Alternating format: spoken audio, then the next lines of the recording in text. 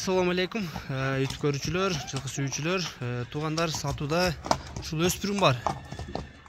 Жаска бышты чыкма туугандар, куман экен. Жаска бышты чыкма. 4 бутак. Кашказы, мондай туугандар азыр маалыматын алып беребиз кандай жылкы экенин. Полукрош жылкы дейт туугандар. Кыргыз жылкы менен тазагандын аргыны дейт. Кандай тазаган экенин сурайлы. Бастырыңчы. Азыр эки кыймыл аракеттерине көрүп койлу. Ден соолук ичип жеши бутту колуна туугандар жооп дейт. Тарбиясы жайында экен. Жоош дейт.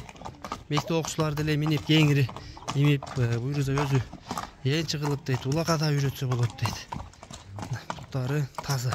4 такасы бар, жоош тагылган. Азыр чабып да көрсөтүп койлу. Чуркагандарында аркалары дагы жакшы экен.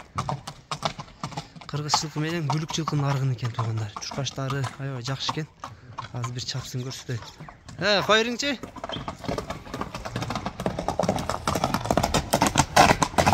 Башы дагы элпек туугандар. Буттары жеңил.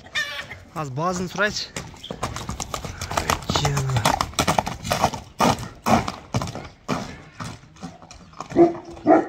Бою 1.60 тегерек.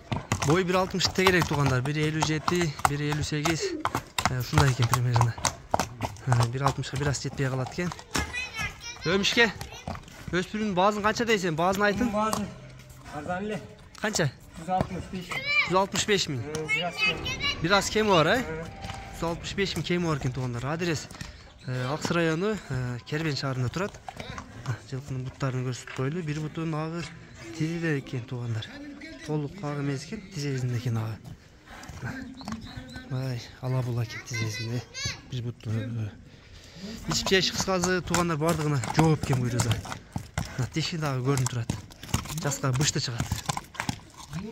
Баалар айтылды тууган, дарек айтылды. Мына азыр улак-булакка минип барып көргөнгө деп жоош өспүрүмдөрдү бала чакага дегендерге мына көрсөңөр болот. Жылкынын толук көрүнүшү туугандар. Кимге жаккан болсо номерлерге байланышка чыга бересиңер. Боюн, маалыматын айттык туугандар, жеп ичтен соолугу жакшы, тарбиясы жайында өспүрүмдүн.